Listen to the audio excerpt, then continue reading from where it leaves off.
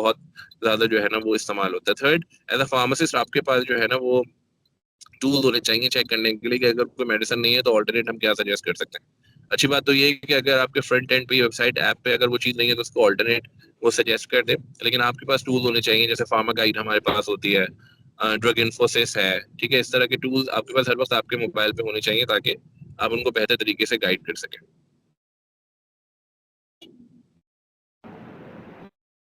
Thank you so much, Mr. Zal. It was very well answered.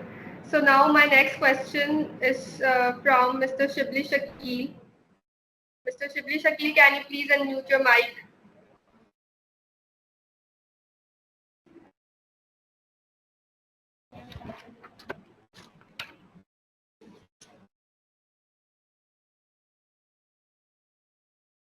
Mr. Shakil, can you hear me?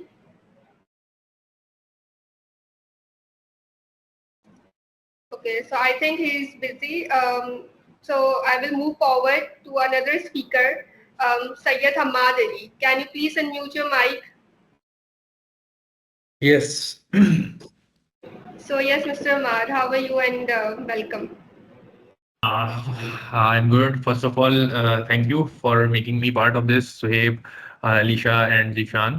I feel very privileged and I'm fine. I hope everyone is fine as well. So my first question is, how are pharmacists playing their role in the growth of pharmaceutical industry? Uh, तो basically pharmacist जो है itself एक बहुत crucial role play कर रहा है pharmaceutical industry की growth and development में, क्योंकि फार्मासिस्ट का रोल कंसाइज नहीं होता कभी भी। फार्मासिस्ट हर डिपार्टमेंट, इंडस्ट्री में जो डिपार्टमेंट रन कर रहे हैं, जो इंडस्ट्री की ग्रोथ के लिए काम कर रहे हैं, उस सब में अपना रोल प्ले कर सकता है, right from research and development, sorry product की मैन प्रोडक्ट की मैन्युफैक्चरिंग से लेके उसके बाद उसका क्वालिटी ऑपरेशंस में भी पार्ट होता है, like quality assurance, quality control, then business development, regulatory affairs. तो हर डिपार्टमेंट जो कि क्रूशल होता है किसी भी इंडस्ट्री को आगे ले जाने के लिए, उसमें फार्मासिस्ट का रोल होता है। बिकॉज फार्मासिस्ट के पास हम जब अपने थ्रू आउट द स्टडी का हमारा कोर्स होता है, उसमें हम सारी चीजें पढ़ते हैं, तो उस सब चीजों को इम्प्लीमेंटेशन इंडस्ट्री के थ्रू आउट डिपार्टमेंट्स में हो रहा होता है। लाइक सबसे पहले मैं अगर शुरू करूं तो R&D आ जाती है। हम चूंकि पाकिस्तान में कोई भी इनोवेटर फॉर्मुलेशंस नहीं बना रहे, हमारा बेसिक पर्पस होता है जेनेरिक मैन्युफैक्चरिंग। तो जेनेरिक मैन्युफैक्चरिंग में लिटरेचर सर्वे, किसी भी फॉर्मुलेशन को किस तरीके से होना चाहिए, उसमें क्या क्या एक्सीपियंट्स होंगे, उसकी क्या बायो अवेलेबिलिटी, उसका क्या डिलीवरी मैकेनिज्म है, इस सब की नॉलेज एक फार्मासिस्ट के पास होती है। तो pharmacist plays a huge role in R&D department, कि फॉर्मुलेशन को डेवलप करना, राइट, कि वो बिल्कुल एज पर इनोवेटर या इनोवेटर के तरीके के मुताबिक हो। उसके बाद आती है प्रोडक्ट की मैन्युफैक्चरिंग। जब हम प्रोडक्शन में जाते हैं तो प्रोडक्शन में भी फार्मासिस्ट का रोल होता है, क्योंकि आपको बहुत सारे इश्यूज आते हैं जब किसी भी प्रोडक्ट की मैन्युफैक्चरिंग हो रही होती है या उसकी जो क्रिटिकल एनालिसिस होती है, तो उसमें एक फार्मासिस्ट अपना रोल प्ले करता है, कंसिडरिंग के उसके पास मैन्युफैक्चरिंग की नॉलेज होती है। हम इंडस्ट्रियल फार्मेसी पढ़ते हैं अपने थर्ड और फोर्थ ईयर में। तो बेसिकली फार्मासिस्ट जो है हर डिपार्टमेंट में अपना रोल प्ले कर रहा होता है। इसके बाद मैं आता हूँ रेगुलेटरी अफेयर्स और बिजनेस डेवलपमेंट। रेगुलेटरी अफेयर्स चूंकि किसी भी प्रोडक्ट्री को मिलाने का एक ब्रिज है। अगर आपका रेगुलेटरी अफेयर्स का फंक्शन सही नहीं होगा तो कोई भी इंडस्ट्री कभी भी थ्राइव नहीं कर सकती। That is as simple as that. तो regulatory affairs, basically regulatory affairs की रिक्वायरमेंट ही यही है कि यहाँ पे फार्मासिस्ट काम कर सकता है। और ऐसी कंपनीज हैं बहुत सारी जो कि माइक्रोबायोलॉजिस्ट या sorry, no disrespect to anyone, but microbiologist हो गए, केमिस्ट हो गए, उनको रेगुलेटरी अफेयर्स में रन कर रहे होते हैं। But it's a DRAP requirement, not my, कि रेगुलेटरी अफेयर्स में एक फार्मासिस्ट होना चाहिए, क्योंकि फार्मासिस्ट के पास जो वेल वर्स नॉलेज होती है हर एस्पेक्ट की। तो रेगुलेटरी अफेयर्स डिपार्टमेंट जितना आपका अच्छा होगा उतना अच्छा कंपनी थ्राइव करेगी, क्योंकि BD का काम होता है आपका पोर्टफोलियो इनहेंस करना।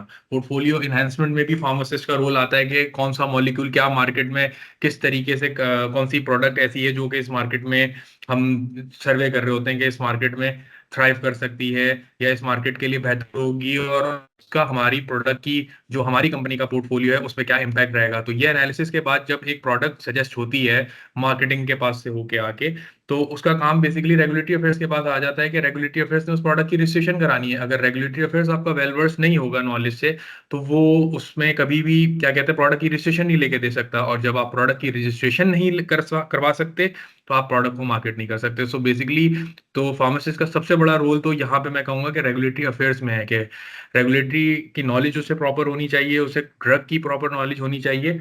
तो इन सब चीजों का जब आप एक हम वो कहते हैं जमा करते हैं, तब जाके आपकी कंपनी इस तरीके से थ्राइव कर रही होती है, प्रोडक्ट मार्केट में आती है।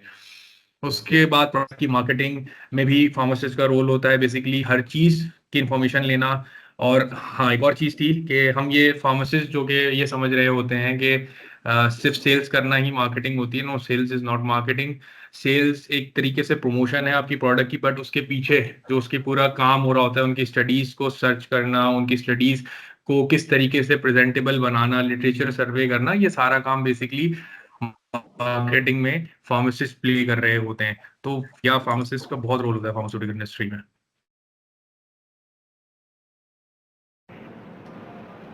Thank you so much mister Hamad, काफी डिटेल में आपने बताया एंड बहुत अच्छे से आपने हमारा इस क्वेश्चन को एड्रेस किया। सो my next question would be from mister Shibli Shakeel.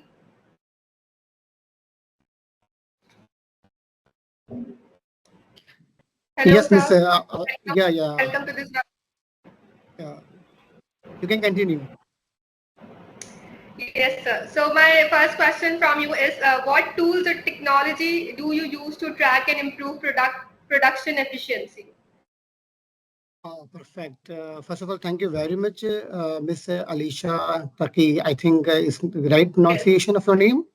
Great. And it's a great opportunity to all the audience to having a fruitful discussion by the versatile speakers having a multiple and rich experience of different department, and it is very learning for me that having some speaker from regulatory side and some pharmacy side is a very great opportunity. All of you, so must avail. As far as concerned, your question regarding the tool used for the improvement of product efficiency, right? This is your question. Yes. Basically, when you are working in organization, so it is very important that how and which type of tool you are using for the improving of any efficiency, right? In our organization, we have a enriched and very mature system. It's called RPS system, and this is called Racket Production System, and which have different pillars. And in different pillars, we are basically deal with different type of tools for reducing the head count, for reduction of waste, and for improve the efficiency. In which we have one pillar called maintenance management, in which we covered the OEE, overall equipment efficiency. And basically, the overall equipment efficiency tells you the different type of planned and unplanned losses while you are operating the machines within your working hours. For example, you are operating the machines for 8 hours. So in 8 hours, you have some planned losses and some unplanned losses. In planned losses, you can cover the line clearance time, which is definitely not avoidable if you meet the GMP expectations and compliance of your process, and sort of some breaks which is taken by the operators, which is taken by the staff, and some, any different changeovers under the cover of planned losses. And if you are considering the non-unplanned losses, including the machine breakdowns and the maintenance required during the operation or short stoppages. So basically, if you want to improve the line efficiency of the any product for the production, you counter uh, and you must start the war against the planned losses and unplanned losses. For example, if you want to reduce the line clearance time, you perform the SMED. What is SMED? SMED basically a lean approach, uh, which tells you how can you reduce the line clearance time of your process. Definitely, if you reduce the LC time during the operation, it means you improve our production. For example, if uh, you and your team involve for the line clearance process for around 1 hour, and if you perform this MAD, single minute of die change basically is the abbreviation of this MAD, exchange die. So basically you need to improve the LC time and reduce the line clearance time before 1 hour to 30 minutes. It means you make try to available 30 minutes for production. It means you can produce much output and you can improve your line efficiency by implementation of SMAT tool for the reduction of LC time. Similarly, if you are very much focusing about to improve the line efficiency, so we have the war against unplanned losses. Unplanned losses means any machine breakdowns during operations which lead to the reduction of your output, which downs your line efficiency. So which type of tool you can use for the improve the downtimes. Yes, you implement the CLI basically cleaning, lubrication and inspection of the machine on time, and you perform the preventive maintenance and predictive maintenance for the reduction of downtimes. So if we conclude the line efficiency improvement, so you must need to more focusing about the OEE, and in OEE you must start the war against planned and unplanned losses. Over to you, Mr. Elisha. Thank you. Thank you so much, Mr. Shakil. It was a very detailed answer. So my next question is from you. So the next question is, can you describe how you handle disruptions in the supply chain on unexpected equipment failures? How do you Yeah, manage that? correctly. Yes, exactly. If uh, anyone understand the answer of first question, basically you can find out the answer of second question as well. If you are feeling and you are observing the disruption means we need to scrutinize and we need to probing of this question. Basically, supply chain management is the supply of product from raw material to FG.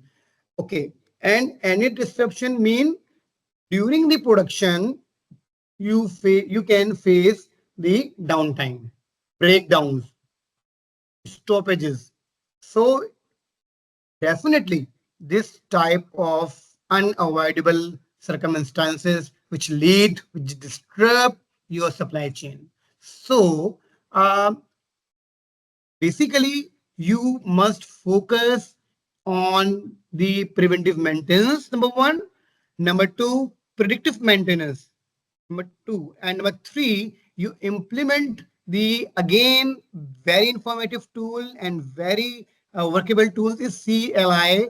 Basically, CLI is a checklist of cleaning, lubrication, and inspection. If you are performing this sort of a checklist on the shop floor, definitely you can minimize your downtime, and definitely you can avoid the disruption. Number one. Number two, if from my side, I try my level best to validate the product in two different machines. For example, in compression machines, we have two machines in line, and in both machines, my product are already validated. So in case of first machine failure or first machine breakdown, the second machine is readily available for the production and to meeting the timelines and the supply as per demand as requested by the commercial team. Thank you.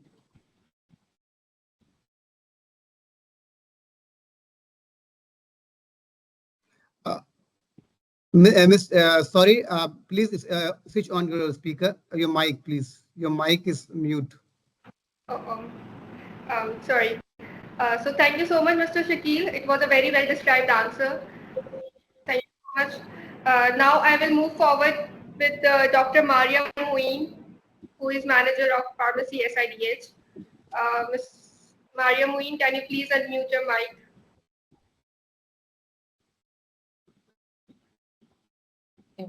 Yes, Alicia. Welcome, ma'am, and hello. Hello. Thank you so much for having me here. Thank you so much. So, Ms. Maria, my first question from you is, what specific roles do hospital pharmacists play in enhancing the potential of pharmacy practice within patient care? Alisha देखें, ये topic बहुत interesting है मेरे लिए इस हवाले से भी कि जब हमने अपना कैरियर स्टार्ट किया था तो फार्मासिस्ट हमारे लिए सिर्फ डिस्पेंसिंग के लिए ही था। यही सोचा जाता था कि फार्मासिस्ट जो है वो सिर्फ मेडिकेशन को डिस्पेंस करेगा, लेकिन अब आज की टाइम पीरियड में तमाम अगर स्कोप हम देखें तो मल्टीपल फील्ड्स हैं जिसमें फार्मासिस्ट अपना रोल प्ले कर रहा है। स्पेसिफिकली अगर हॉस्पिटल फार्मासिस्ट की बात की जाए तो आपके पास मेडिकेशन थेरेपी मैनेजमेंट है, जिसमें आप कंसल्टेंट्स के साथ, हेल्थ केयर टीम के साथ कोलैबोरेट करके पेशेंट सेफ्टी पे काम कर रहे हैं। क्लिनिकल फार्मेसी राउंड है, जिसमें फार्मासिस्ट मेडिकेशन को रिकंसाइल करवा रहा है। आपके पास फार्माकोविजिलेंस आ जाती है, जो कि safe use of medication, effectively medication जो है पेशेंट तक पहुँच सके, वो तमाम चीज़ें फार्माकोविजिलेंस में कवर हो जाएँगी। एक अलग रोल है हॉस्पिटल फार्मासिस्ट का सप्लाई चेन में। सप्लाई चेन में फार्मासिस्ट का रोल आपका dead stock, expire medicine, temperature control, वो तमाम मेडिकेशन जो कि टेम्परेचर सेंसिटिव हैं, उनको किस तरह से मेंटेन करना है, ये एक फार्मासिस्ट बेहतर तरीके से समझ सकता है। आपका नारकोटिक्स कंट्रोल आ जाता है, जिसमें पेशेंट की एडहेरेंस है, पेशेंट को किस हद तक नारकोटिक्स पे डिपेंडेंट रखना है, क्या उसकी डोज़ होगी, और फिर उसको विथड्रॉल सिम्पटम्स एक बड़ी अहम चीज़ है जिस पे बात नहीं की जाती, उस पे फार्मासिस्ट का रोल है। आपका रिसर्च एंड डेवलपमेंट पे काम है, रिसर्च एंड डेवलपमेंट है फार्मासिस्ट के लिए, जिसके ऊपर आप कह सकते हैं कि फार्मासिस्ट एक अच्छा रोल प्ले कर रहा है। अच्छा, you here? Yes. Thank you, Ms. Maria. So my next question is, what challenges do hospital pharmacists currently face in expanding their role, and how to overcome these challenges? मेरा ख्याल है कि अभी जो फार्मासिस्ट करंटली चैलेंजेस फेस कर रहा है, उसमें सबसे पहले जो है वो तो लिमिटेड रिकॉग्नाइजेशन है। ऑल्दो फार्मासिस्ट बहुत हद तक हर चीज़ के अंदर रोल प्ले कर रहा है, फ्लोर पे भी पहुंच गया है, लेकिन उसके बावजूद रेजिस्टेंस है। कुछ चीज़ें हैं जो कि अभी बाकी हैं, जिसमें सबसे ज़्यादा जो है फार्मासिस्ट की एजुकेशन है। आपकी एजुकेशन अगर अच्छी होगी, अगर आप समझते हैं कि भई आपको नॉलेज है बात करने की, आपको पता है कि पेशेंट को डोज़ जो है वो सही मिल रही है, तो आपका इंटरैक्शन बढ़ेगा। फिर रेजिस्टेंस हेल्थ केयर प्रोफेशनल्स की तरफ से जो फार्मासिस्ट फेस करता है, वो रिड्यूस होगी। रेगुलेटरी एंड इंस्टीट्यूशनल बैरियर्स हैं फार्मासिस्ट के लिए, इनसफिशिएंट स्टाफिंग एंड रिसोर्सेज, क्योंकि पाकिस्तान का जो करंट हाल चल रहा है, तो हमारे पास रिसोर्सेज की बहुत शॉर्टेज है और स्टाफिंग भी कम रहती है हमारे पास, तो ये भी एक बड़ा बैरियर है फार्मासिस्ट के लिए। थैंक यू मिस मारिया, आपने काफ़ी रियलिस्टिक पॉइंट्स को हाईलाइट किया। Thank you so much. So my next question is from mister Syed Hamad Ali. जी। Yes, sir. So, sir, can you please describe what is the role of pharmacists in particularly regulatory affairs and business development? Okay, so सबसे पहले मैं ये बताऊंगा कि BD से काम शुरू होता है, तो इसलिए मैं I will tell you the role of pharmacist in business development and then I will come into regulatory affairs. So business development नाम से बिल्कुल एलेबरेटेड है कि बिजनेस को डेवलप करना, यानी आपके बिजनेस को ग्रो करना, किसी भी इंडस्ट्री के बिजनेस को ग्रो करना। वो बिजनेस ग्रो कैसे होगा कि आपने मार्केट एनालाइज करनी है, मार्केट में क्या ट्रेंड चल रहा है, कौन से आपके जो कॉम्पिटिटर्स हैं वो कौन सी प्रोडक्ट्स मार्केट में लॉन्च कर रहे हैं, क्या कोई ऐसी न्यू एमर्जिंग हेल्थ केयर है जो आ रही है, और आपके पास क्या क्या अपॉर्चुनिटी है प्रोडक्ट को डेवलप करने की, या आपके पास क्या क्या पोटेंशियल है उस प्रोडक्ट को डेवलप करने का। तो ये एनालाइज करने का काम बेसिकली एक फार्मासिस्ट प्ले कर रहा होता है बीडी में। उसके अलावा फिर आपको ये, जब फार्मासिस्ट ये चीज़ों को सर्वे करता है कि आप कौन सी प्रोडक्ट्स हैं, कौन से न्यू मॉलिक्यूल्स हैं, और उसके बाद उनको बनाना आप अपने पास बना सकते हैं या नहीं बना सकते। उसके बाद देन आता है फेस पार्टनरशिप्स का, कि अगर आप अपने पास उन प्रोडक्ट्स को नहीं बना सकते but it is the requirement of the market, तो आप ये पोटेंशियल अपॉर्चुनिटी देखते हैं कि कौन से ऐसे कॉम्पिटिटर्स हैं जो कि आपको बना के दे सकते हैं। तो उनके साथ अलायंस करना, उनको ऑडिट करना, एंड देन फिर उनसे प्रोडक्ट्स का एग्रीमेंट करके एंड प्रोडक्ट मैन्युफैक्चर करवाना। सो बेसिकली एक छोटा सा रोल ये भी है बिजनेस डेवलपमेंट का। उसके बाद जब एक प्रॉपर मॉलिक्यूल एक एनालाइज हो जाता है, और बिजनेस डेवलपमेंट जब एक मॉलिक्यूल को एनालाइज करके उसकी सारी स्टडीज और उसको सारा एक प्रपोजल मार्केटिंग से अप्रूव करवा लेता है, तो then comes the role of the regulatory person, कि उससे पहले बल्कि आर एन डी में प्रोडक्ट को डेवलप करवाना, उसके लिए सोर्सिंग में भी फार्मासिस्ट हेल्प कर रहा होता है, बीडी का पर्सन जो है वो हेल्प कर रहा होता है कि मॉलिक्यूल की जो सोर्स है उसको आइडेंटिफाई करके दे रहे होते हैं, और फिर आर एन डी के साथ इन कोऑर्डिनेशन में रहते हैं कि प्रोडक्ट डेवलप हुई या नहीं हुई, या उनके जो चैलेंजेस हैं उनको एड्रेस करना। तो ये सारी चीज़ें फार्मासिस्ट एक बिजनेस डेवलपमेंट के डिपार्टमेंट में काम कर रहा होता है। उसके बाद जब प्रोडक्ट डेवलप हो जाती है, प्रोडक्ट के डॉक्यूमेंट्स जनरेट हो जाते हैं आर एन डी से, then comes the role in regulatory affairs. अब काम शुरू होता है रेगुलेटरी अफेयर्स का, कि रेगुलेटरी फाइलिंग करनी है ट्रैप में। तो वो जो डोजियर बनाने का पूरा काम है, उस प्रॉपर डोजियर की अलाइनमेंट, उसकी प्रॉपर कंसीलिएशन, ये काम होता है फार्मासिस्ट का। ये एक basic main job responsibility in regulatory affairs है। जब डोजियर सबमिट हो जाता है तो उसका proper follow up, and then रैप की तरफ से बिल्कुल टेक्निकल क्वेरीज भी आती हैं, तो टेक्निकल क्वेरीज को सिर्फ forward and back and fourth नहीं करना होता रेगुलेटरी अफेयर्स में, क्योंकि फार्मासिस्ट के पास हर किस्म की नॉलेज होती है, चाहे वो टेक्निकल हो, प्रोडक्शन रिलेटेड हो, फॉर्मुलेशन रिलेटेड हो, क्वालिटी रिलेटेड हो। तो उस क्वेरी को अपनी नॉलेज के थ्रू एनालाइज करना, एंड देन उसको प्रॉपर रिस्पॉन्ड करना। तो ये बेसिकली एक काम होता है फार्मासिस्ट का रेगुलेटरी अफेयर्स डिपार्टमेंट में। और जब प्रोडक्ट अप्रूव हो जाती है, या प्रोडक्ट, एक लंबा साइकिल है प्रोडक्ट की अप्रूवल का, तकरीबन मैं अगर पाकिस्तान के हिसाब से बात करूं तो आपको कम से कम भी प्रोडक्ट अप्रूव कराते कराते, और right from the development till the market of the product, तकरीबन 2 साल का अरसा कहीं नहीं गया, 2 साल लग जाते हैं। तो ये बेसिकली इस पूरे सिनेरियो में फार्मासिस्ट अपना रोल प्ले कर रहा होता है, चाहे वो रेगुलेटरी अफेयर्स के एंड से हो, बिजनेस डेवलपमेंट के एंड से हो, या आर एन डी के एंड से, या क्वालिटी एंड से। सो दिस इज बेसिकली मतलब एक ब्रीफ कंसाइज है कि क्या क्या रोल फार्मासिस्ट रेगुलेटरी और बीडी में प्ले कर रहा होता है। Over to you.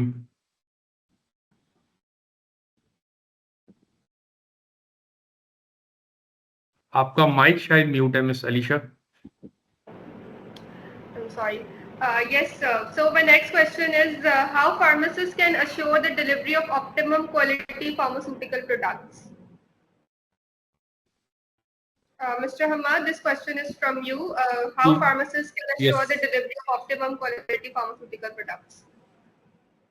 बेसिकली जैसा मैंने अपने जो शुरू में जो आपने मुझसे 2 सवाल किए उसमें मैंने ये एलैबोरेट किया कि फार्मासिस्ट का रोल कहाँ कहाँ होता है, तो इट इज एलैबोरेटेड इन दोस को आंसर्स एज वेल, कि फार्मासिस्ट चूंकि जब आपके पास हर किस्म की नॉलेज है, चाहे वो क्वालिटी एस्पेक्ट से हो, रेगुलेटरी एस्पेक्ट से हो, या प्रोडक्शन के डेवलपमेंट के एस्पेक्ट से हो, तो right from the scratch development के एंड से ही अगर हम हाई मतलब एक क्वालिटी सोर्स आइडेंटिफाई करके उस क्वालिटी सोर्स के अकॉर्डिंगली प्रोडक्ट को डेवलप करें, हर क्रिटिकल एस्पेक्ट को पहले एनालाइज कर लें कि क्या क्या चीज़ें किसी भी फॉर्मुलेशन को इम्पैक्ट कर सकती हैं, चाहे एनवायरमेंटल फैक्टर्स हो, एक्सीपिएंट्स हो, एवरीथिंग। अगर हम फार्मासिस्ट राइट फ्रॉम द जब हम लिटरेचर किसी भी प्रोडक्ट के डेवलपमेंट से पहले लिटरेचर सर्वे का एक प्रोसेस होता है, उस वक्त ही अगर हम उसको आइडेंटिफाई करके रेक्टिफाई कर दें, देन वी कैन इंश्योर कि हमारी जो फाइनल प्रोडक्ट बन रही है it will be up to the optimum quality and it will be up to the standards of global recommended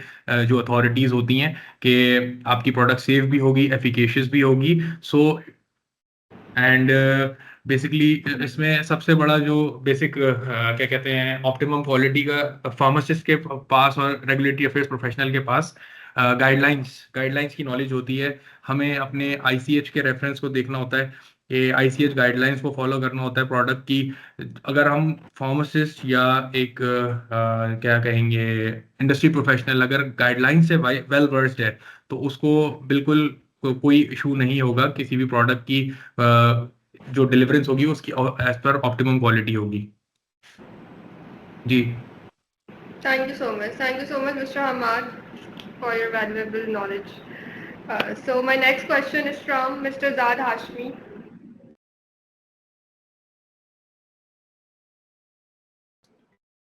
Mr. Zad Hashmi, can you please unmute your mic?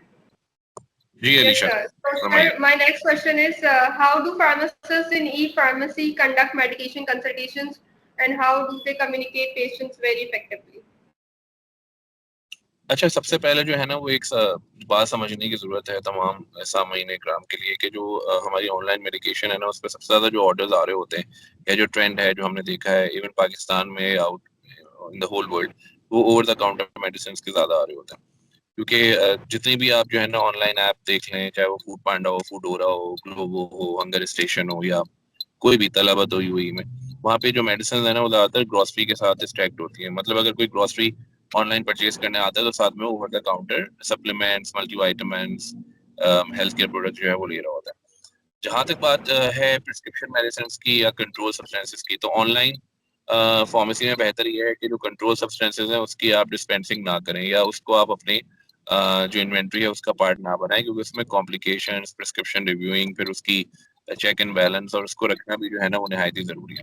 हाँ, for prescription medicine like जो chronic elements हैं हमारे, like diabetes, ESMA, hyperlipidaemia, heart medicine, वो आप जरूर जो है ना वो रख सकते हैं। और उसका भी जो है ना मैकेनिज्म यही होता है कि जो फार्मासिस्ट है इस तरह के जब भी कोई मेडिसिन दो उसके साथ एक डिस्क्लेमर पॉपअप जा रहा हो कस्टमर के पास कि आपको ये मेडिसिन डिस्पेंस नहीं होगी या नहीं डिलीवर होगी जब तक आप प्रिस्क्रिप्शन नहीं देते। अब हमारे अलमिया ये है कि प्रिस्क्रिप्शन हमारे यहाँ वैलिड ही नहीं होती। अगर एक प्रिस्क्रिप्शन 3 महीने या 6 महीने तक वैलिड है तो हमारे यहाँ लोग जो है ना वो उसको 1-1 साल, 2-2 साल और कुछ सूरत हाल में तो 5-5 साल तक चला रहे होते हैं। तो यहाँ पे फिर जो है ना फार्मासिस्ट का रोल आ जाता है कि वो दे तो दे मेडिसिन, लेकिन उसको बता दे कि भाई ये आपको दोबारा डॉक्टर को विजिट करने की जरूरत है, या ये मेडिसिन अब आपको कंटिन्यू डॉक्टर के मशवरे के बाद करनी चाहिए। तो यहाँ पे जो है वो एक पूरी फार्मासिस्ट की टीम होती है हमारी, जो बैक एंड पे प्रिस्क्रिप्शन जो आ रही होती है उनको रिव्यू करती है, और इवन अगर प्रिस्क्रिप्शन नहीं भी आ रही होती तो वो जो है ना उस पर फैसला करते हैं कि अगर इस तरह के एलिमेंट्स हैं ज़ाहिर है जिसमें कंटिन्यू करना ही है मेडिसिन को दे दें, लेकिन पेशेंट को जरूर काउंसिल करें कि आप नेक्स्ट टाइम प्रिस्क्रिप्शन जरूर जो है ना वो अटैच करें, ताकि आप जो है वो सही तरीके से मेडिसिन जो है वो इस्तेमाल कर सकें डॉक्टर्स की हिदायत के मुताबिक। और दूसरे केसेस में अगर वो कंट्रोल सब्सटेंसेस को रखना चाहता है तो फिर जाहिर है उसमें थोड़े से सवालात और काउंसलिंग और उसमें जो है वो प्रिस्क्रिप्शन का वैलिड होना नहायत ही जो है वो जरूरी हो जाता है। और कौन प्रिस्क्रिप्शन ऑर्डर जो है वो कर रहा है, किसके लिए कर रहा है, ये सब चीजें जो है ना वो देखना नहायत ही अहम होता है। बिल्कुल ऐसे ही है। Thank you so much, Mr. Zad. So my next question is from Mr. Shibli Shakil.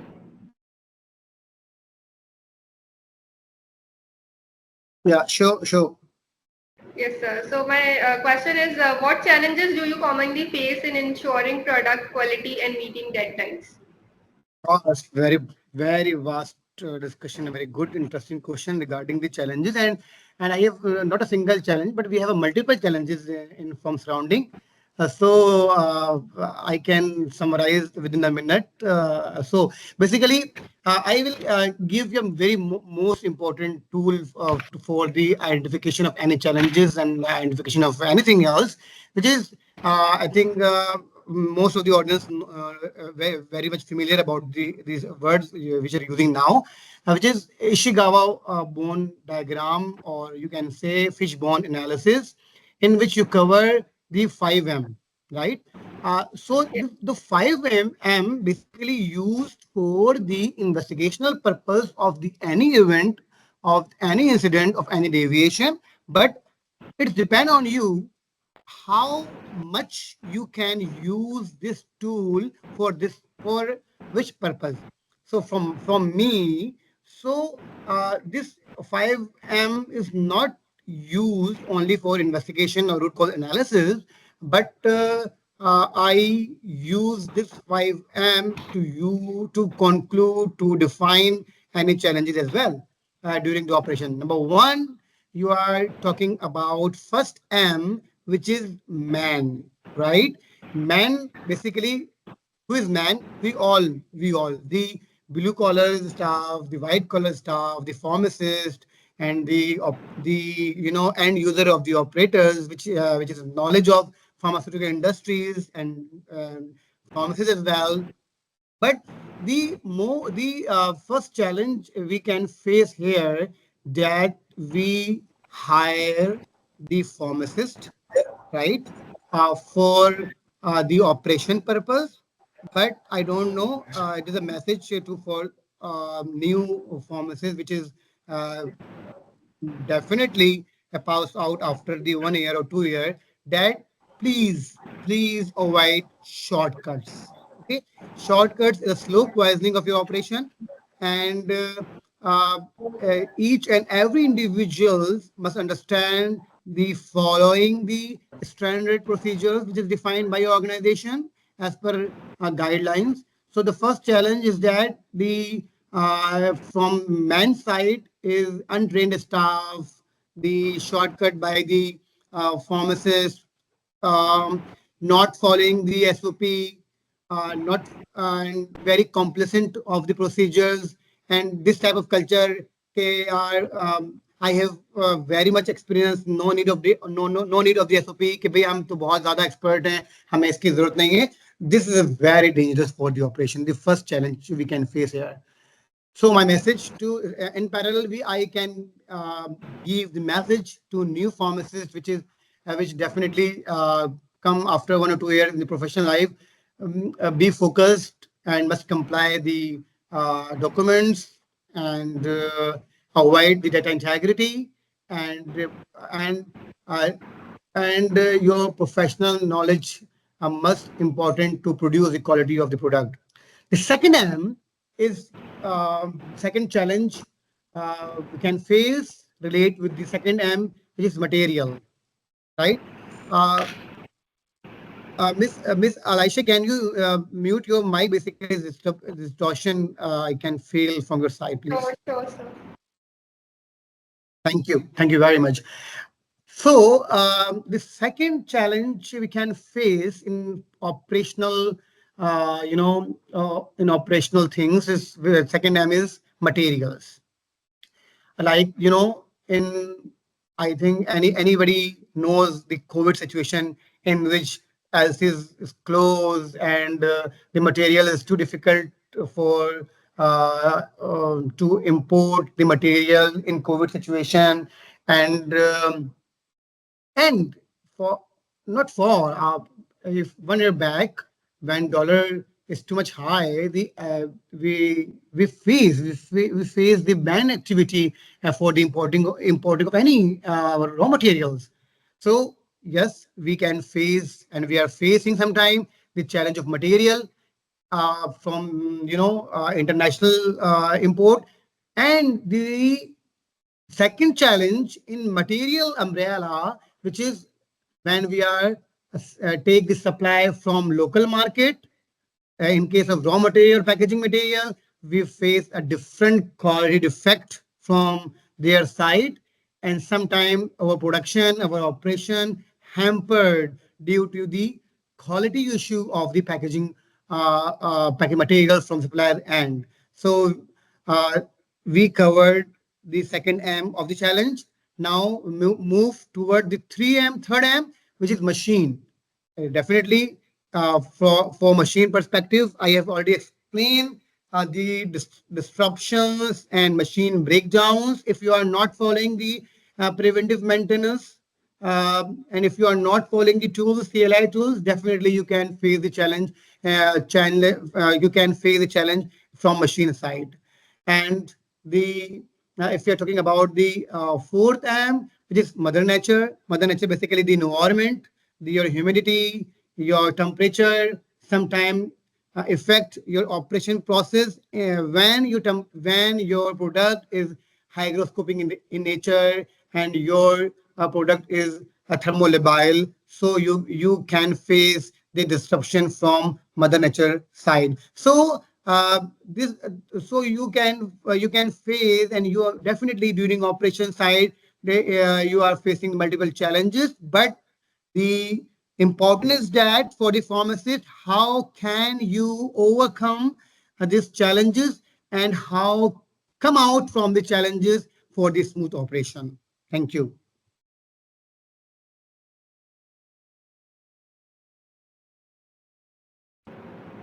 Thank you so much, Mr. Shakil. It was a very well descriptive answer.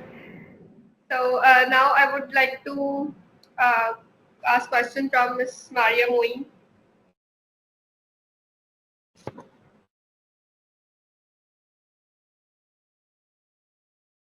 Sure.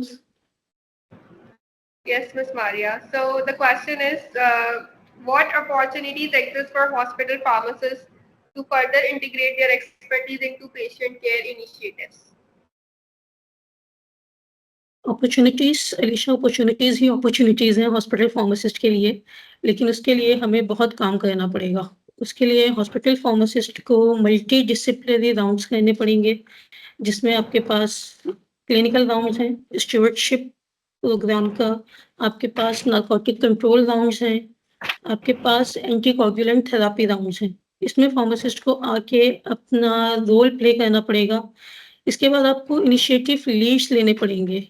In programmes को start कराने के लिए hospital pharmacist को lead position पे आना पड़ेगा, ताकि इन programmes को पेशेंट सेफ्टी के लिए हम बेहतर तौर पे इम्प्लीमेंट करवा सकें।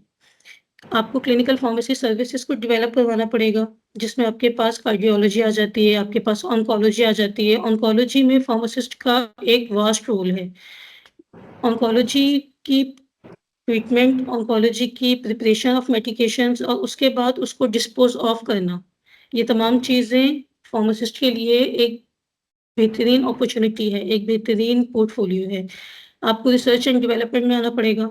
Hospital pharmacist research and development में एक बेहतरीन रोल प्ले कर रहा है। पेशेंट केयर क्लिनिक एस्टेब्लिश करवाने होंगे।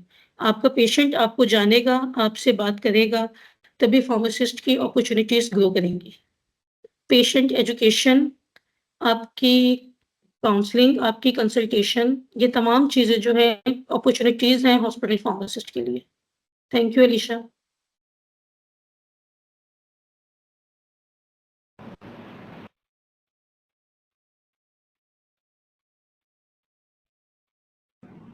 Thank you, Ms. Maria, for the well descriptive answers. So question answers का सेशन जो है वो मेरी तरफ से तो कंप्लीट हो गया है। ऑडियंस में से अगर किसी को कोई क्वेश्चन आंसर करने हैं तो please go ahead.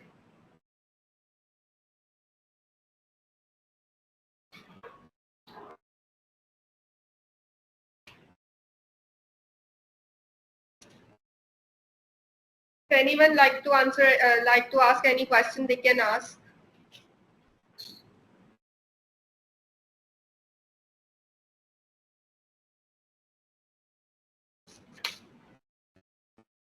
I think, Miss Alisha, I think audience काफी जो है वो जितने भी फार्मासिस्ट ने जो जवाब दिए हैं उससे काफी एग्री करते हैं और कोई आई थिंक काफी क्लियर आंसर है, एंड दैट्स व्हाई। बट मेरा definitely I want to know कि जितने भी ऑडियंस यहाँ पे हैं सारे फार्मासिस्ट ही हैं डेफिनेटली।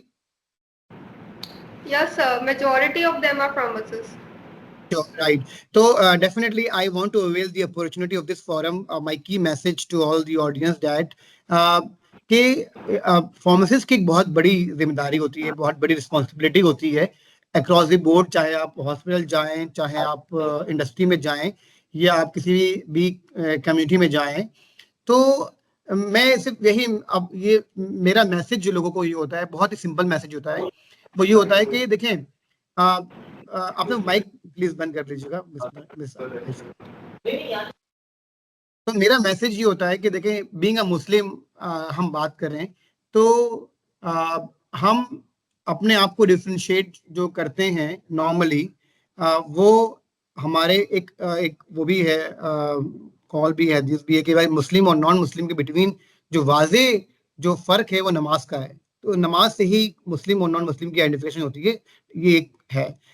तो मैं ये कहता हूं कि एक फार्मासिस्ट, एक नॉन फार्मासिस्ट के बिटवीन जो एक डिस्टिंग्विश जो कैरेक्टर्स है जिससे वो फार्मासिस्ट पहचाना जाता है, वो है जीएमपी से, गुड मैन्युफैक्चरिंग प्रैक्टिसेस से। ठीक है, अगर आपके पास डिग्री है, आपने बहुत ज्यादा कॉम्पिटेंट भी हैं, बट अगर आपके डीएनए में अगर जीएमपी वाला एलिमेंट नहीं है मौजूद, तो फिर इंडस्ट्री में या किसी भी जगह पर जहां पे फार्मासिस्ट को हम हायर कर रहे हैं या हम हायर करना चाहते हैं, तो फिर किसी नॉन फार्मासिस्ट को ही हायर क्यों लोग ना करें, कि जब उनमें बेसिक जो नेसेसिटी है जो डीएनए में होनी चाहिए वो जीएमपी की है, वो नहीं है। अगर तो मेरा मैसेज ये है कि आप जितने भी फार्मासिस्ट हैं, जब जो ऑलरेडी जॉब कर रहे हैं या अभी जॉब के लिए जाएं, तो प्लीज मेरी आपसे रिक्वेस्ट है कि no compromise on GMP. Good manufacturing practices must be include in our blood, the part of our DNA, and no compromise at all at any cost. This is my key message to all the audience and pharmacists as well. Thank you. Thank you so much mister Shakeel. सारे speaker से मेरी request है कि kindly आप लोग अपना अगर video on कर लीजिए, because we are coming to the and.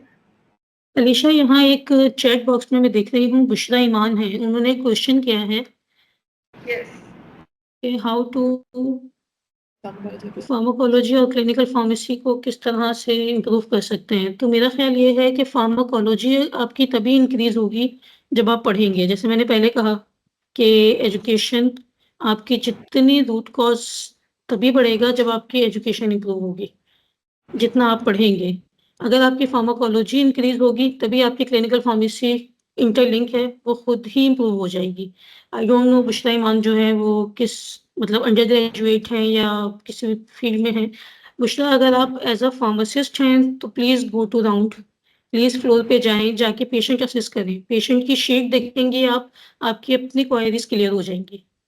Pharmacology आपकी तभी इंक्रीज होगी जब आपको डिजीज़ के बारे में पता होगा। आप डिजीज़ को पढ़ें, डिजीज़ के बाद उसकी मैनेजमेंट पढ़ें और उसके बाद कंसल्टेंट से या हेल्थ केयर वर्कर से या अपने टीचर से या सीनियर से बात करें, डिस्कस करें। जिस तरह उस्ताद ज़ैद ने कहा कि हम लोगों का अलमिया ये है, हम बात ही नहीं करते, हम कम्युनिकेट नहीं करते, हम लोगों में फ़ियर है। हम सोचते हैं कि अगर हम बात करेंगे तो पता नहीं क्या हो जाएगा। तो प्लीज़ बात करें, कम्युनिकेट करेंगी आप तो आपकी हिंड्रेंस खुद ही ख़त्म हो जाएगी। आई थिंक मैंने क्लियर किया है शायद थोड़ा बहुत बुशरा को। डॉक्टर फरियाल, आपने हैंड रेज किया है, do you have any question?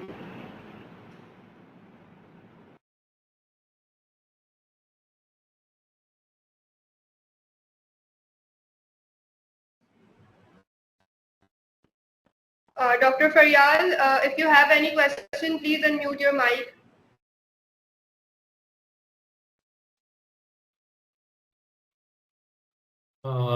Miss Alisha, Faheem का चैट में एक सवाल है, how much tentative time is expected to implement PICS guideline in Pakistani pharmaceuticals.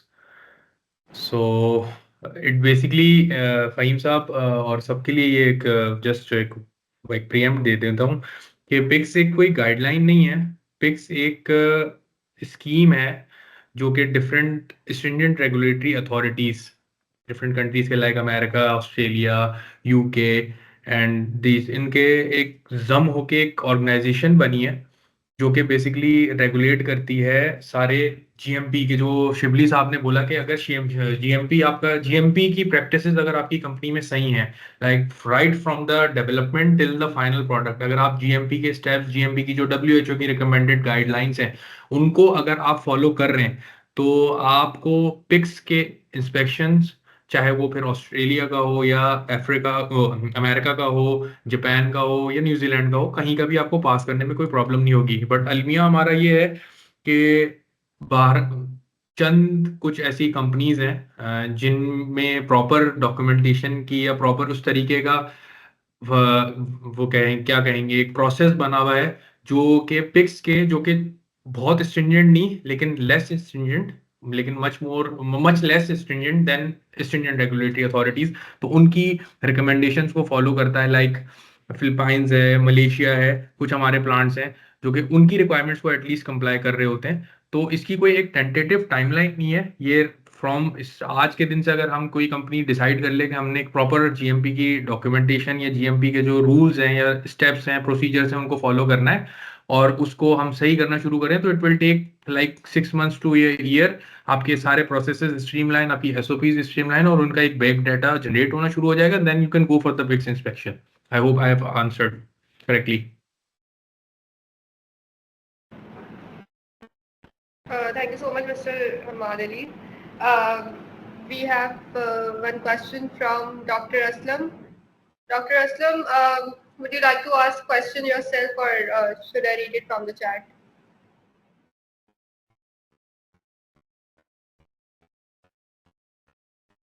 Okay, so Dr. Aslam is saying, ask the pharmacist representing the pharmaceutical care to brief regarding the role of pharmacists in pharmacovigilance for patient safety and public awareness for safe medication practices.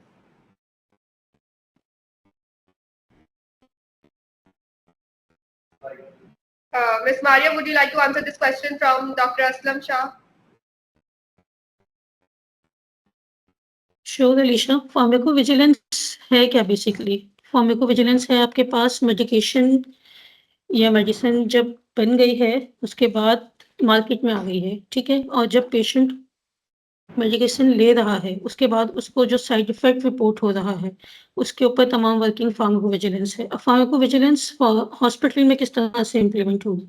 Pharmacovigilance hospital में होगी bye collecting data. आपका pharmacist जो इस वक्त currently मेरे पास काम हो रहा है, पेशेंट बेड साइड पे फार्मासिस्ट जाता है, डेटा कलेक्ट करता है, एडवर्स ड्रग रिएक्शन को नोट करता है, उसके बाद उसको डिस्कस करते हैं हम कंसल्टेंट से अपनी टीम के साथ।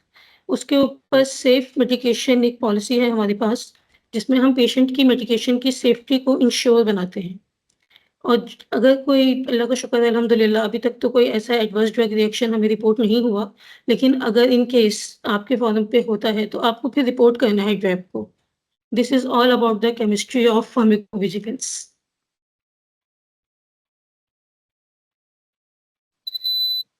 Thank you, Ms. अच्छा, Maria. मलाइका का सवाल है अलीशा कि ई फार्मेसी में Yes. जो है वो इन्वेंट्री लाइफ शेयर करें कि वो कॉन्फिडेंशियल होती है, लेकिन इन्वेंट्री तो आपको करनी चाहिए।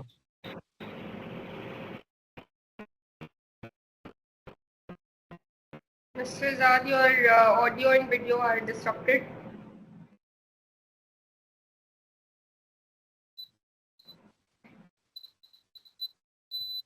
सॉरी, मेरा इंटरनेट डिस्टर्ब हो गया था।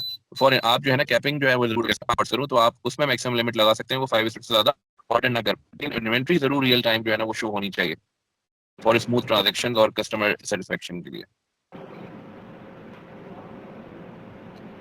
So next question is from Amna Ibrahim. Could you please highlight the role of pharmacists in medical affairs department and requirements of medical affairs officer in the local pharma? So Mr. Hamad Ali or Mr. Shakil, would you like to answer Amna's question?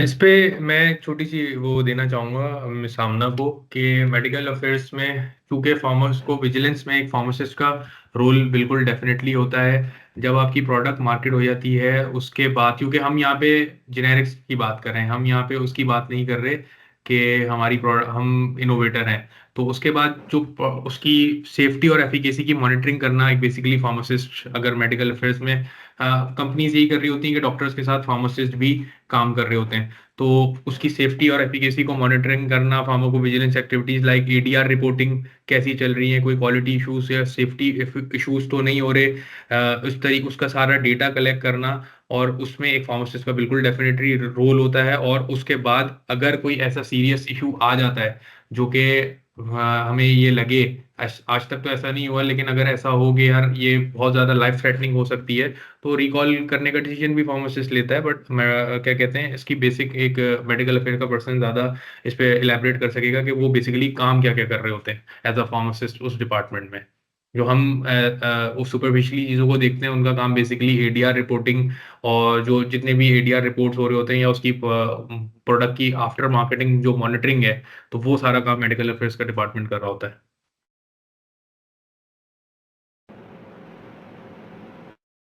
Thank you so much for your answer. Do we have any further questions from the audiences?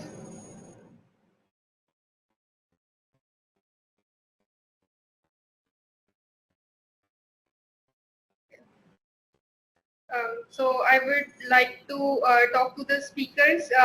आप लोगों को अगर कोई further कोई comment, कोई ऐसी information कुछ add करनी हो, because today हमारा जो webcon था वो हम चाह रहे थे कि हम इसी चीज पे focus करें कि pharmacist meeting global health needs जो इस दफा की theme है FIP की, तो आप लोग को अगर कोई further comment इस पे add करना हो, so I would like to welcome.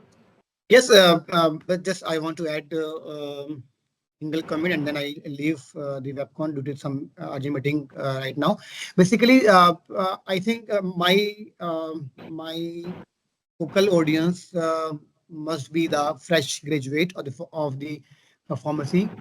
I am directly talking with my new pharmacist, which I hope, inshallah, they join us as a honorable pharmacist. So please don't block your career with the high expectations in the start level.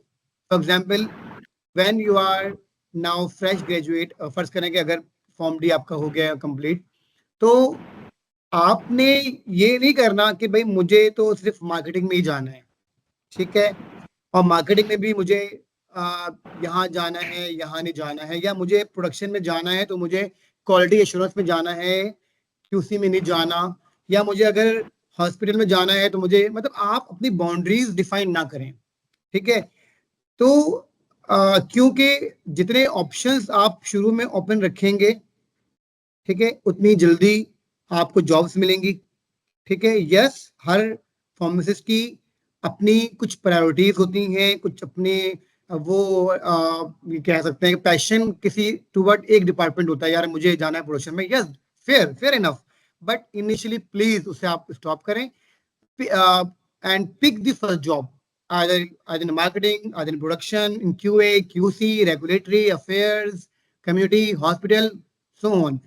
And when you take the first job, then you will decide where you want to go. फिर आप अपना homework करें, फिर आप उस पर जो है वो ट्राई करें, और फिर आप अपनी सेकंड डेस्टिनेशन की तरफ मूव करें, क्योंकि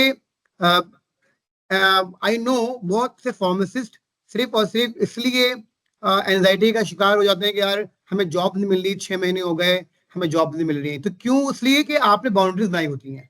तो आप अपनी बाउंड्रीज से बाहर आएं और पहले आप जॉब को एक्वायर करें, जो कि आपकी फर्स्ट आपको जॉब मिल जाती है, वो कोई सी भी हो। उसके बाद फिर आप अपनी विश की तरफ जाएं, यस मेरी एक जॉब तो सिक्योर है, ठीक है, अर्निंग हो रही है, पॉकेट में मनी आ रहा है, एंड देन अब मुझे फिर जो है वो जाना, मेरी ख्वाहिश प्रोडक्शन में जाने की है या मेरी ख्वाहिश हॉस्पिटल में जाने की है, तो अब मैं हॉस्पिटल के लिए ट्राई मैं करूंगा या करूंगी, ठीक है। और जैसे ही आपको आपकी विश की जॉब मिल जाए, then you quit your first job and move your final destination and effort करें, फिर इसमें आगे जाए, इंशाअल्लाह ताला कामयाबी होगी from my side. Thank you.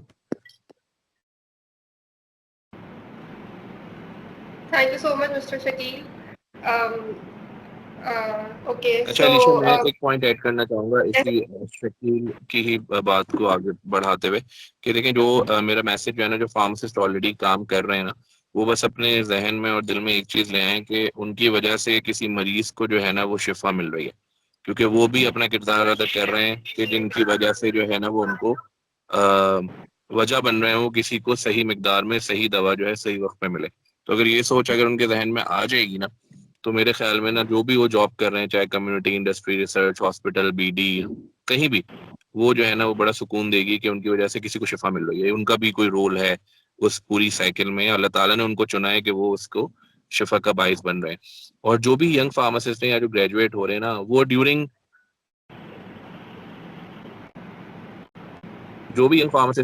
Studies ही जो है ना वो ट्रेनिंग्स के जरिए, इंटर्नशिप के जरिए अपना जो है ना वो पाथवे क्लियर कर लें। मैं थोड़ा सा डिफर करूंगा शकील की यहाँ से बात से। मैंने जो है ना जब इंटर्नशिप की थी जीएसके में, तभी मैंने डिसाइड कर लिया था कि मैं इंडस्ट्री नहीं जाऊंगा, क्योंकि वो मुझे फील नहीं लगी थी। तो आप ड्यूरिंग स्टडीज ही 3 ईयर के बाद 4th ईयर में, फाइनल ईयर में आप ट्रेनिंग्स करें, इंटर्नशिप्स करें और डिसाइड कर लें कि आपका कैरियर क्या होना चाहिए। चाहे आप हॉस्पिटल की तरफ जाएं, चाहे आप क्लिनिकल की तरफ जाएं, चाहे आप इंडस्ट्री की तरफ जाएं, लेकिन आप क्लियर होने चाहिए अपने पाथ में। Pick and trial and choose वाला मेथड ना अब नहीं दुनिया में यूज होता। अब आप जो है ना पहले से ही फोकस्ड हो, अपना पार्ट डिटरमाइन करें और फिर वहां पे जो है वो एक्सेल करने की कोशिश करें। exactly.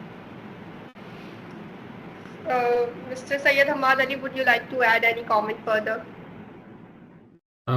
बिल्कुल, मैं जाद भाई की बात से क्या कहते हैं एग्री करूंगा कि आपने मतलब एक फ्लॉक नहीं करना, लेकिन आपको जब आप इंटर्नशिप्स करेंगे या खास तौर पे फाइनल ईयर में जब आप इंटर्नशिप्स करेंगे, आपको आइडिया होगा कि आपने कहाँ जाना है। तो बेसिकली मेरे फार्मासिस्ट के लिए पैगाम ये है कि अपने पास आउट होने से पहले you have to have an idea कि आपने जाना कहाँ है। आपके लिए बहुत वाइड होराइजन है, बिल्कुल ऐसी बात कि आप किसी की शिफा का वो बन रहे हैं। और दूसरा ये कि पाकिस्तान में आई डोंट थिंक इतने डॉक्टर्स, हम जो कहते हैं ना पढ़ते हैं, इनोवेटर्स हैं, लगार्ड्स हैं हमारे पास ज्यादातर डॉक्टर्स, तो उनको जो न्यू थेरेपीज या न्यू मॉलिक्यूल की नॉलेज वो भी एक फार्मासिस्ट दे रहा होता है, उसके पास ज्यादा नॉलेज होती है as compare to the doctor. तो हम किसी भी सूरत में कम नहीं है डॉक्टर से, वी आर मतलब हम बराबर हैं बिल्कुल। तो आपने लेट डाउन नहीं होना। पाकिस्तान में चूंकि इकोनॉमिक सिचुएशंस इस वक्त ऐसी हैं, definitely there are some issues के क्या कहते हैं जॉब्स का इशू है या पे चेक का इशू है, बट ये सारी चीज़ें अल्लाह पे डिपेंड करती हैं, उस पर बिल्कुल आपका नसीब है, इसमें कोई वो नहीं है। आपकी तरफ से अपनी 100% एफर्ट्स होनी चाहिए और आपको उसका आइडिया होना चाहिए कि आपने जाना कहाँ है। और आपको जब इस चीज़ का आइडिया होगा तो आप उस पे प्रॉपरली फोकस होकर काम भी कर सकेंगे। आपने बिल्कुल कंफ्यूज नहीं होना कि यार मैं इधर भी चले जाऊँ, मैं इधर भी चले जाऊँ। तो आप इंटर्नशिप्स करें, उन चीज़ों को परस्यू करें, देन आपके पास एक आइडिया होगा अपने फाइनली अपनी कौन सी फील्ड को परस्यू करना है, और फिर then go for it. Thank you. Thank you so much, Mr. Hamad Ali. Ms. Maria Moin, would you like to add any comment? जी अलीशा, दो बातें हैं। पहली ये कि उन बच्चों के लिए जो इंटर्नशिप के लिए आ रहे हैं, प्लीज़ आएँ, इंटर्नशिप करें हमारे पास। मेरे पास बहुत से स्टूडेंट्स आते हैं, इंटर्नशिप करते हैं, लेकिन वो सिर्फ़ वही बात है, डिस्पेंसिंग तक ही महदूद है। आप इंटर्नशिप करने आए हैं, आप सीखें, आप एक्सप्लोर करें। मेडिसिन्स एक दुनिया है पूरी, एक आर्ट और साइंस का कॉम्बो है वो। आप आके उसमें ढूँढें चीज़ें। जिस तरह सर ने कहा कि ज़ाद साहब ने कहा कि आप समझें चीज़ों को, आपको समझ आएगा कि है क्या। और वो फार्मासिस्ट जो कि फ्लोर पे आ गया है, वो उस पेशेंट को अपना पेशेंट समझे, उस पेशेंट के ऊपर जान मार दे। आपका किसी से कोई झगड़ा नहीं है, ना आपका डॉक्टर से झगड़ा है, ना आपका नर्सिंग से झगड़ा है। बी रिस्पेक्टफुल, आपने बड़ी तमीज़ के साथ अपना पॉइंट ऑफ व्यू पेश करना है, आपने आर्ग्यूमेंट्स नहीं करना। हम लड़ने खड़े हो जाते हैं, हमें ये होता है कि यार ये बात हम कह रहे हैं, तो हमारी ही बात मानी जाएगी। आप में इतना पोटेंशियल होना चाहिए ना अपनी बात मनवाने का, कि यार हम ये बात कर रहे हैं तो इस एविडेंस के बेस पे कर रहे हैं, इस एसओपी की बेस पे कर रहे हैं, ये गाइडलाइंस ये कहती हैं। और फिर घूम फिर के वही बात आ जाएगी कि आपको पता होगा, आपकी एजुकेशन इतनी होगी, आप इतने प्रोफाउंड होंगे तो फिर बात होगी। Thank you. Thank you so much, Ms. Maria. काफ़ी वेल इंटरेक्टिव सेशन था, बहुत मज़ा आया आप सब लोगों से बात करके। एंड आई होप कि हमारे प्लेटफॉर्म से इस तरीके के वेबिनार्स होते रहे, ताकि students and our fellow pharmacist इससे जो है वो नॉलेज गेन करें। So thank you so much to all the speakers and to all the audience for being the part of this webcon. We also encourage you to stay tuned for future events and webinars that are routinely posted on IBPS LinkedIn page. So keep following, and thank you so much. Thank you. Thank you. Thank you very much. बहुत Thank you very शुक्रिया much. Take care. Allah Hafiz. Allah Thank you, Hafiz. Isha. Love.